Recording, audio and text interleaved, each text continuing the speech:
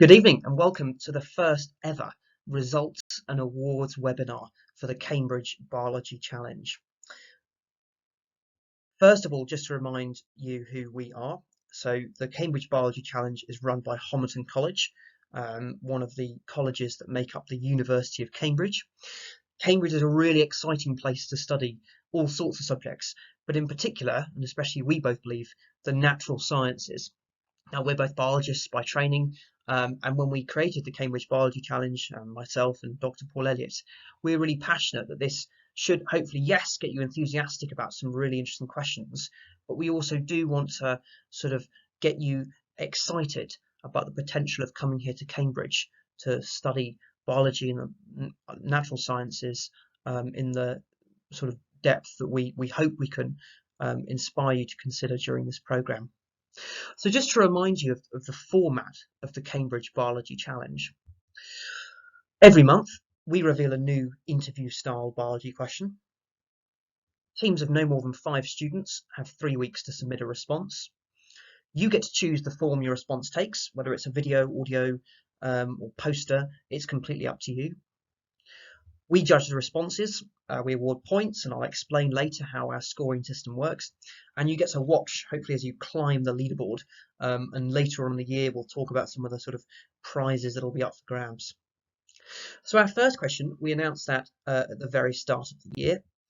And that first question is this: why don't animals have wheels? What we're going to do today is we're going to first of all have a think about this question scientifically. So we could imagine that perhaps we were in a Cambridge supervision or a Cambridge interview. Perhaps we've been asked this question. What might we say? What might some good responses be?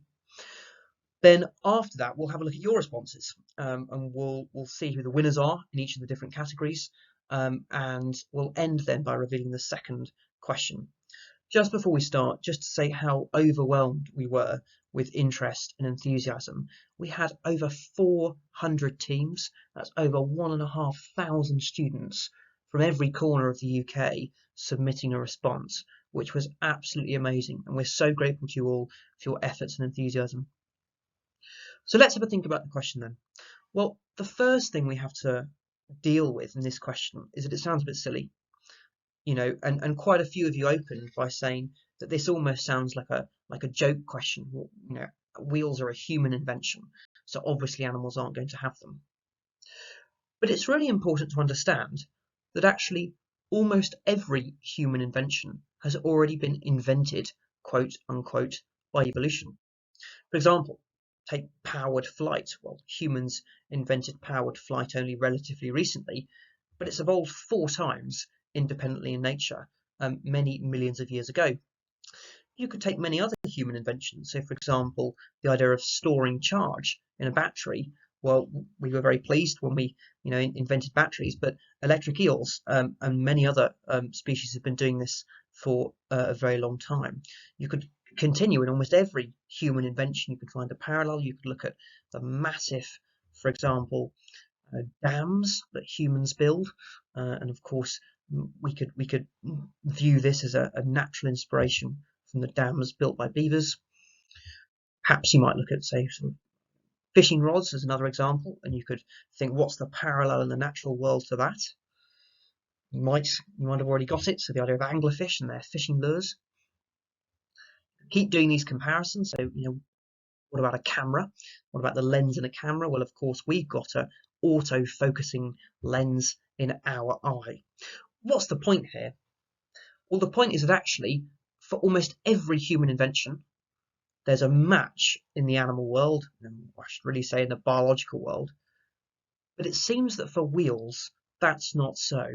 Wheels are conspicuous by their absence. We asked you to think about why animals don't use wheels. Before we have a look at the specific wheel question, we first need to work out how we're even going to answer a why question in biology. Let's imagine we ask you a much easier why question. Let's imagine that instead of asking you, why don't animals have wheels, we asked you, why do birds sing? Now just think for a second. What might you have said? Well, you'd probably have told us that birds sing or male birds sing because singing attracts females. Perhaps if you live near a patch of woodland, you might have noticed that often birds are actually quite angry when they're singing, and that singing lets males mark out and defend their territory. That's entirely correct and a completely accurate answer. But there are other ways to answer this question. What if instead of saying that birds sing because they attract females, someone has said, well, actually the real reason birds sing is because singing neurons fire in their brain? Sounds a bit of an odd thing to say, but it's entirely true. What if another person said, well, the reason why birds sing is because muscles are contracting in their syrinx, so sort of the bird equivalent of the larynx?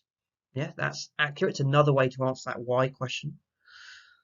Another sort of biologist might come along and say, well, no, actually, the reason why birds sing is because they learn to sing, either from hearing their parents or other birds. I hope you can see that for this one why question, there are lots of different answers.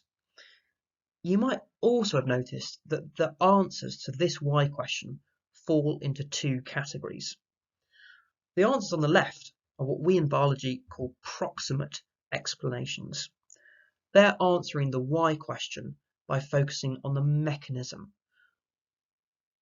The answers on the right are what we call in biology ultimate explanations. They're answering that why question by focusing on the evolutionary reasons, sort of why it's good for an animal to perform that behaviour. We can generalise this proximate and ultimate framework to actually answer any why question in biology. Proximate explanations answer why questions by focusing on what mechanisms enable the organism to exhibit the behaviour we're interested in. Ultimate explanations are sort of why did this behaviour evolve? How does it increase the likelihood of the individual surviving to reproduce? We asked you actually not a why does X do Y question, but a why doesn't X do Y question. In particular, why don't animals have wheels? Why don't we see tortoises zooming round or cats kind of crawling round on wheels? Why is that completely absent from biology? So if we take those ideas of proximate and ultimate explanations, we think that there are sort of two broad categories that your answers should fall into. You might have focused on the proximate explanations. That would have been telling us that there's something about wheels, which means that they couldn't plausibly evolve. The mechanism to make a wheel in biology just isn't there. There's something was mechanistically, physically impossible.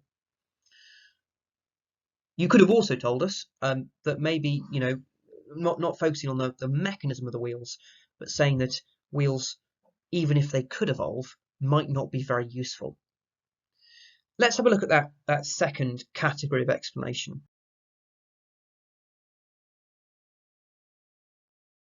Let's think then about the pros and cons of wheels. Well, the best thing about wheels is that when travelling at a constant speed, a wheel's kinetic energy will remain constant. That's very, very different to the way that legs or fins work. Why is it so different? Well, unlike the stepping cycle of a tetrapod or the oscillation back and forth of a fish's tail, when a wheel's spinning, we don't have continual acceleration and deceleration. Just think about it. When you're taking a step forward, let's say you're starting on your left leg, well, your left leg swings forward, accelerating, and then at the midpoint in your stride starts to slow down and comes to a stop. Your right leg is doing the same, but slightly out of sync. This constant acceleration and deceleration makes walking actually really energetically costly. It's a really inefficient way to move about. Imagine if you're driving a car, you certainly wouldn't have the wheels constantly starting and stopping. This is true to such a degree that actually in humans, bicycling is the most efficient form of locomotion. In fact, the cost of locomotion, if you're looking at the energetics, is lower for paraplegics confined to a wheelchair than for healthy human walking, even if you take into account the mass of the wheelchair. Why then, if they're so great energetically, are wheels absent from biological systems? Well, a lot of you pointed out that for many animals, wheels certainly won't be an option. We had loads of really sort of amusing and interesting case studies of people explaining to us why, for a given type of animal, wheels would be a disaster. We particularly enjoyed hearing for people describing how animals that normally, like this sloth here, need to sort of precariously balance on tree branches. You know, having slippy wheels is definitely not going to be an adaptive strategy. Equally, some people talked about, animals that dig or burrow, like earthworms or moles. Again, the idea of their wheels just spinning in the sand or mud, that's certainly not going to be a good idea. A lot of people correctly concluded that wheels will only really be useful on the surface, and in particular on very flat terrain. Why is that? Well, wheels are great on flat terrain, but as soon as you start to add in objects and obstacles, wheels become a bit less useful. So wheels can't get over any objects higher than the radius of their wheel. And for a visual example, look at this car here. It doesn't matter how many times that wheel spins, it's not going anywhere. If that's the case then, if wheel evolution only was going to be beneficial on flat terrain, whereabouts should we look? Well, a lot of people correctly realised and correctly told us that there are some wheel-like animals, or animals using things a bit like wheels, in some very flat habitats. For example, some people took us to the savannas of East Africa and correctly described how dung beetles roll spheres of dung. It's not a wheel, there's no axle, as we'll talk about later, but it's getting close. And it fits with this idea that only on quite flat terrain is rolling a sustainable strategy. Other people told us about this incredibly cool spider here, the golden wheel spider. Golden wheel spider on very flat sand dunes, when it's running away from predators or would-be parasites, actually curls up into a ball and just rolls down the slope. Again, only going to be a successful strategy in very flat habitats. So those are some of the ultimate explanations. The idea that actually in most habitats on Earth, wheels wouldn't be a good idea. A lot of you also gave us some proximate explanations, even though you didn't use that language, thinking about why wheels probably wouldn't work. Well, a really big problem is going to be how power is transmitted to a biological wheel. A lot of you picked up on this and wrote some really excellent material where you sort of contrast the fact that whilst normally in animals we have muscles directly attached to the bone which can contract and relax to move the bones and sort of power those limbs, it's going to be really difficult with the wheel because, of course, in the wheels we're familiar with, an axle is always required. What would function as an axle in biology? A lot of you discussed the problems that you'd have trying to construct a biological axle. An even more interesting problem comes when you consider how we'd run a blood supply or a nervous sort of innovation to a rotating wheel. A lot of you realising that, of course, if you've got a non-rotating animal and only the wheel is rotating, it's really difficult to imagine how you could have a blood vessel running from the centre of the animal to the wheel without the blood vessel getting twisted and quickly torn. We think the best answer to the question of how could a blood supply to a rotating wheel work is good luck. It almost certainly can't. There are a few people with some really innovative suggestions. The idea that you could have like an open cavity, a sort of a hemocoel, perhaps, or sort of these concentric rings around the wheel, these concentric ducts, which perhaps could have blood jostled around in them. But by and large, this can be a really tough problem to solve. Well, if we take for as proven then that we couldn't plausibly have a blood supply supplying nutrients and removing waste products from our wheel, what could function as a good transport system? Well, in the absence of a blood supply, the only transport system for nutrient provision and removal will have to be Diffusion. I'm going to put on the screen an equation which describes the time it takes for a substance to diffuse. So T represents the time taken for a substance to diffuse in seconds, and what this equation is telling us is how long that's going to take depends on the distance that the substance is required to move. So x is the distance moved in meters, t is the time to diffuse in seconds, that distance x, and d, the diffusion coefficient, that we can alter the value of that coefficient because some substances, say if they're very small, might diffuse quicker than larger ones, or depending on the medium. The key point for us here is that the relationship between the diffusion distance and the time to diffuse follows a square law.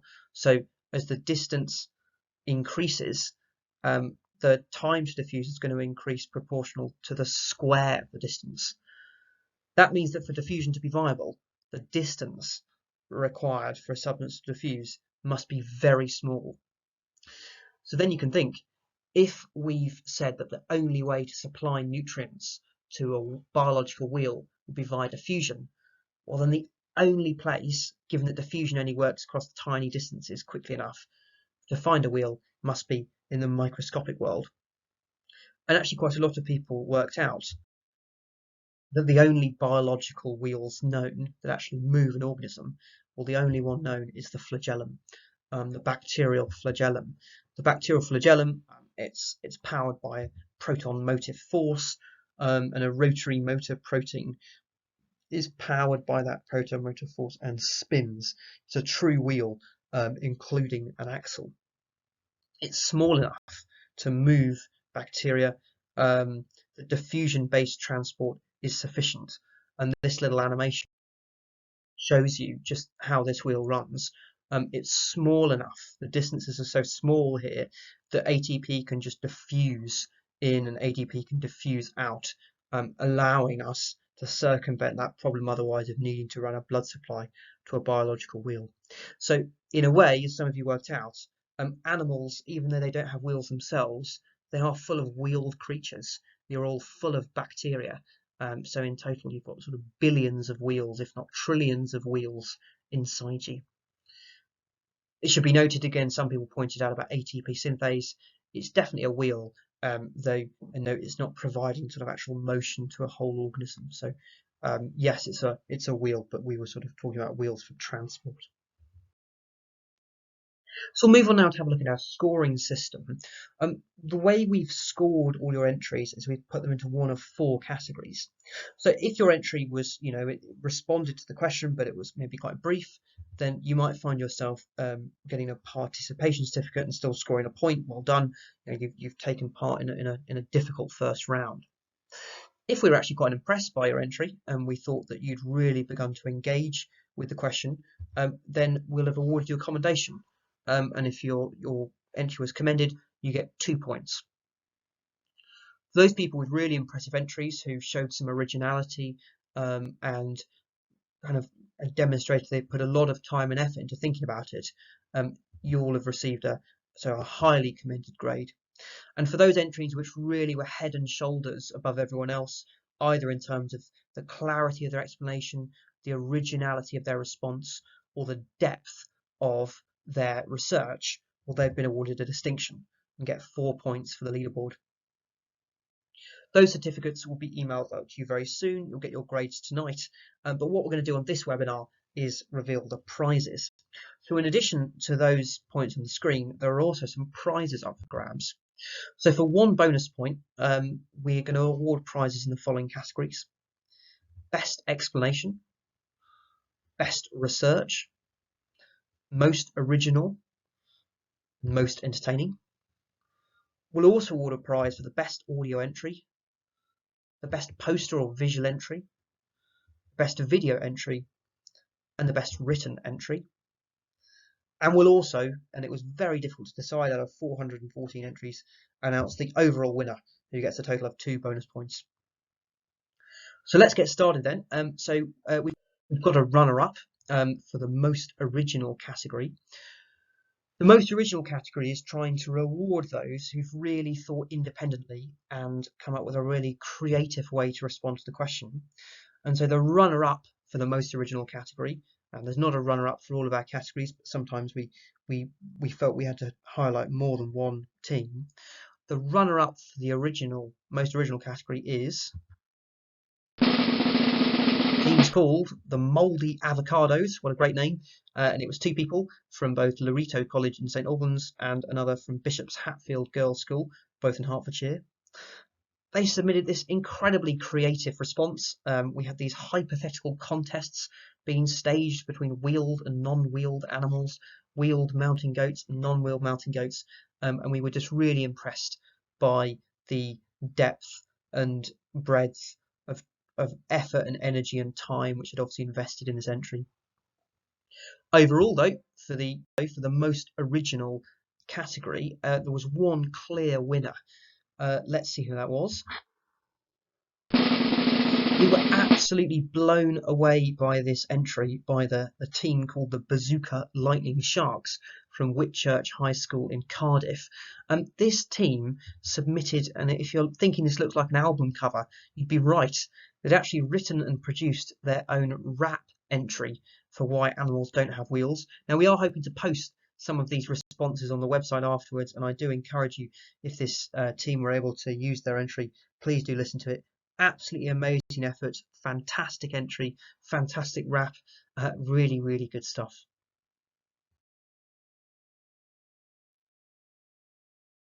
The most entertaining category, we've actually got something different here. Let's see what it is. We've got some joint winners. We were so impressed by this category that we've actually awarded it the prize to two separate teams. The first team's from Dorset, and that's the Blanchford School. They submitted this really funny entry, so the team's called Go With The Flow, and it included various sort of comedic sketches, including an interview with a horse, in which the horse is quizzed, this poor horse, on whether it prefers wheels or legs. Our second joint winner in this category was from Lincolnshire, so it was Fatima's team from Boston High School. Really amusing sketch-based entry, or at least the first half, put to the tune of the Pink Panther music, where they consider the pros and cons of wheels for prey trying to escape predators. Then for the best explanation round, again we've got a runner-up. Our runner-up for best explanation is from Kingston upon Thames. It's May's team from Tiffin School. It was a really great video, the idea of the Great Wheel Debate staged between three scientists coming from different disciplines, and included some really impressive drawings. So as you can see, Anna drew this, and we really thought your entry was explained really, really well, really clear sort of conceptual divisions between the three presenters. Overall, though, the best explanation actually goes to a single entrant, so who worked in a team of one. And that's Constance from Kirkby Kendall School in Kendal in Westmoreland. Her entry was incredibly clearly and beautifully explained, both with the use of models. So you can see on the top, you've got her model of a wheel on the blood vessels and the problem with the twisting you'd get, the wheel was spinning, and also one of her lovely drawings. As I said previously, we hope to post some of these videos online. Highly recommend Constance's for really clear explanations of the pros and cons of biological wheels. For best researched, let's see what we've got. Joint winners again. This time we'd like to recognise from Cornwall, Seth's team from Penn School. They did a very advanced, very impressive sort of mathematical and physical analysis to calculate the sort of velocity problem that would face a biological wheel user, and they've done some fantastic research to find out sort of the different physical coefficients for materials such as collagen. Really great job. And then another independent team, so sort of team of one, Jemima from Cranford School in Oxfordshire.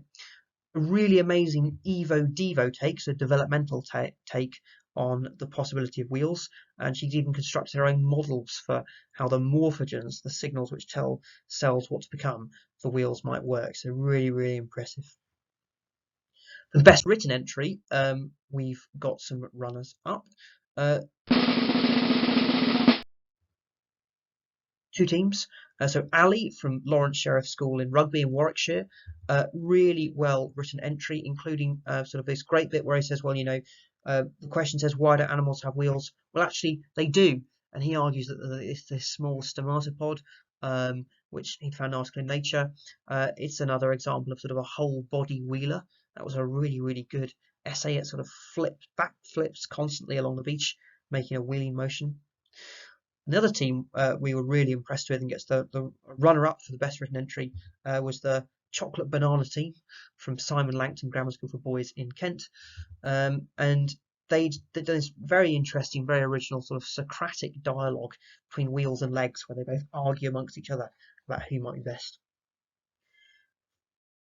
For the best written entry overall, it's off to Greater London.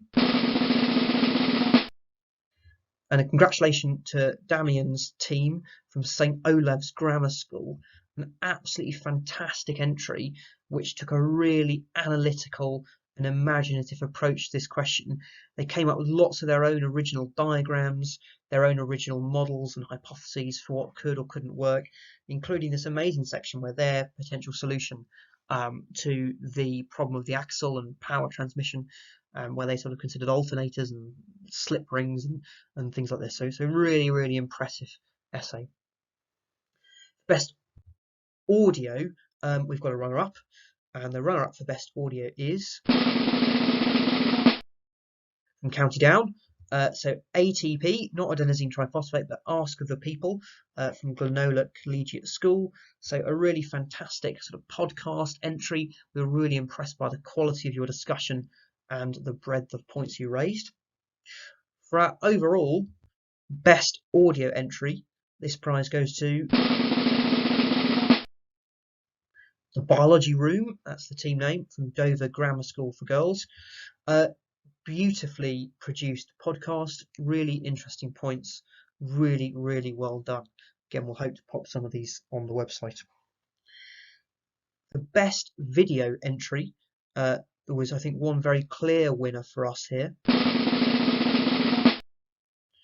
And that was the wonderfully named The Mitochondria team from Friends School in Lisburn, near Belfast. A beautiful video which combined really clear sort of like text and speaking throughout, with some fantastic models they produced, excellent animations, and just a really, really clear explanation and great scientific video throughout. Very impressive entry. The best poster or visual entry, that award goes to Q Evolution. I'm guessing I should say that as Q Evolution from Queen Elizabeth School in Barnet. Look at this absolutely wonderful entry, wheel-like in nature, and the actual text is packed full of sensible suggestions. They've referenced really well. They've got some great diagrams. They've clearly thought about it in a huge amount of detail. Okay then, well now it's time to give the final announcement and announce the overall winner from round one. It was an incredibly difficult decision with over 400 entries to look through, over 1,500 people taking part. The winners should be really, really proud of themselves. We made a decision based ultimately on the quality of the explanation, the depth of the explanation, the models, the clear sort of teamwork that was on display throughout, and the sort of clarity of their thinking. So we're delighted to announce that the overall winner of the first round of the biology challenge is the Mitochondria from Friends School in Lisburn. Very, very, very well done to you all. Okay then, well that concludes the awards webinar for round one. Huge congratulations to all teams who took part. In a second, I'll hand over to Paul, who's going to talk about the next question. And I think it's a really exciting next question. Just really quickly, two things. First of all, those of you who've won prizes will be in touch to talk about what we want to do with your work regarding the website, and also we're hoping to send some awards out to you in your schools. But again, we'll be in touch. And secondly, I know some of you had problems either with the online form and the postcodes or submitting videos. just to reassure you, we're aware, we're working on that, and we'll have things smoothed out for the next entry.